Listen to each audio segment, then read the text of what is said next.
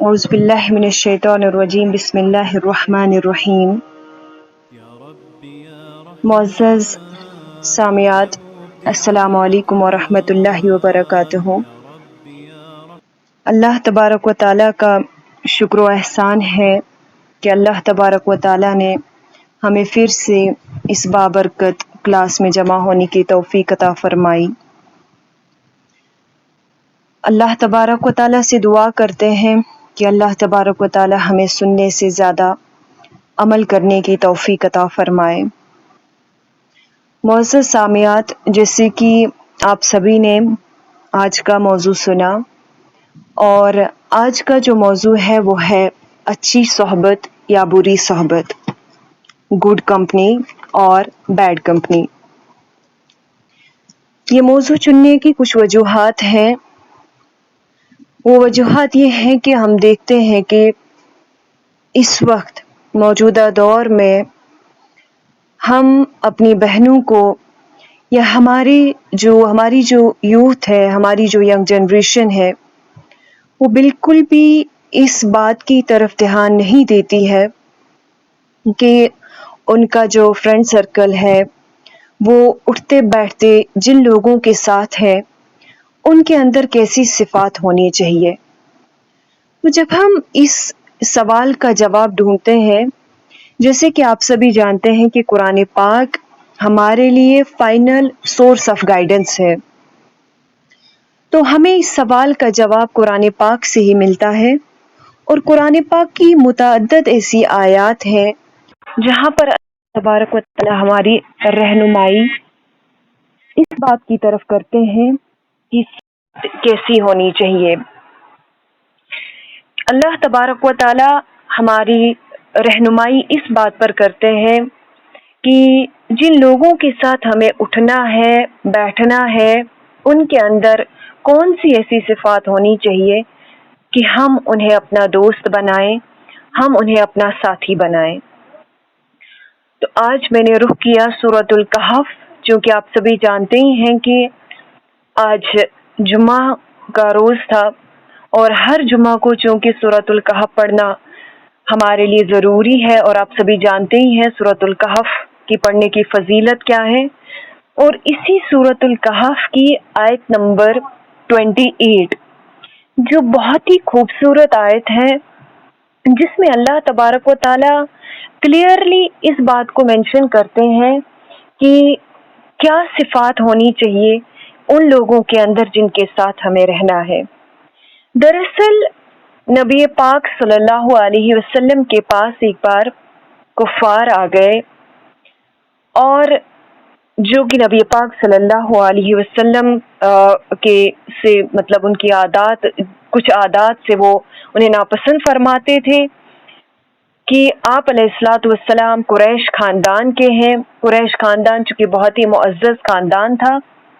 کچھ لوگ آپ علیہ الصلوۃ والسلام کے پاس آئے اور آپ علیہ الصلوۃ والسلام سے کہا کہ نبی پاک صلی اللہ علیہ وسلم، آپ ان غربا لوگوں کے ساتھ کیوں بیٹھتے ہیں؟ یہ غریب لوگ ہیں۔ چند صحابہ کا نام لیا اور کہا کہ آپ ان کی صحبت میں کیوں بیٹھتے ہیں؟ تو انہی کی اس بات کی رد پر فوراً اللہ تبارک و تعالیٰ نے آیت نازل کی، جس پر اللہ تبارک و تعالیٰ نبی پاک صلی اللہ علیہ وسلم سے فرماتے ہیں وَاصْبِرْ نَفْسَكَ مَعَ الَّذِينَ،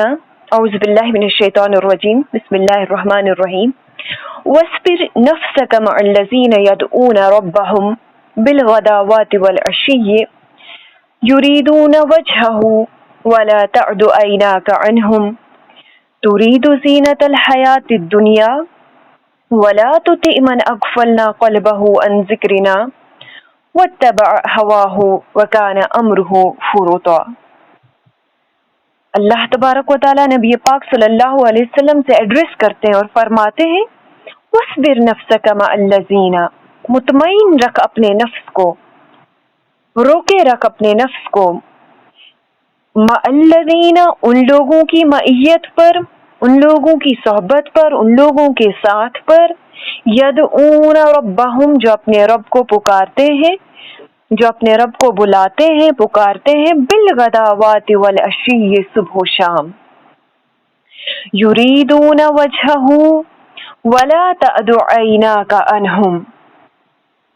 جو اپنے رب کی رضا کی طلبگار بن کر صبح و شام اسے پکارتے ہیں، ولا تعد عیناک عنہم، اور ان سے ہرگز نگاہ نہ پھیرو، ترید زینت حیات الدنیا، کیا تم دنیا کی زینت پسند کرتے ہو، ولا تطع من اغفلنا قلبہ عن ذکرنا، کسی ایسے شخص کی اطاعت نہ کرو جس کے دل کو ہم نے اپنی یاد سے غافل کر دیا ہے، واتبع ہواہ، اور وہ کیا کرتا ہو، وہ اپنے نفس کی پیروی کرتا ہو، وکان امرہ فرطا، اور جس کا طریقہ کار افراط و تفریط پر مبنی ہو یا حد سے گزر چکا ہو۔ اللہ تبارک و تعالی اس آیت کریمہ میں دو بہت ہی خوبصورت باتیں ہمارے سامنے، دو بہت ہی خوبصورت پوائنٹ جو ہمارے سامنے آتے ہیں۔ اس میں پہلا پوائنٹ جو آتا ہے وہ ہے وَاصْبِرْ نَفْسَكَ مَعَ الَّذِينَ يَدْعُونَ رَبَّهُمْ بِالْغَدَاوَاتِ وَالْعَشِيِّ۔ اس آیت کی اس فقرہ کا مطلب کیا ہے کہ اللہ تبارک و تعالی ہم سے خطاب ہو کر فرماتے ہیں، ہمیں یہ رہنمائی فرماتے ہیں کہ تم ان لوگوں کے ساتھ رہو، ان لوگوں کی صحبت میں رہو جو کیا کرتے ہیں، صبح اور شام اپنے رب کو کیا کرتے ہیں، پکارتے ہیں، جو صبح اور شام ذکر الہی میں مشغول رہتے ہیں،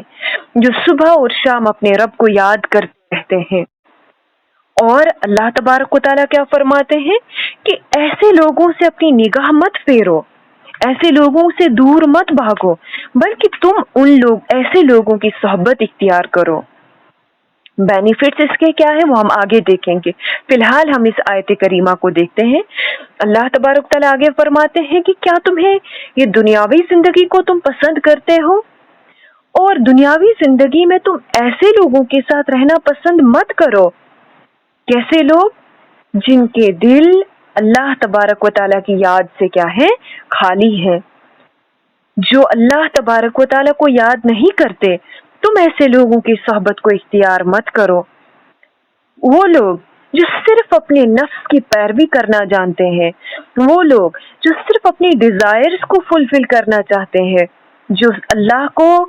اللہ کی خوشنودی جن کا مقصود نہیں ہوتا،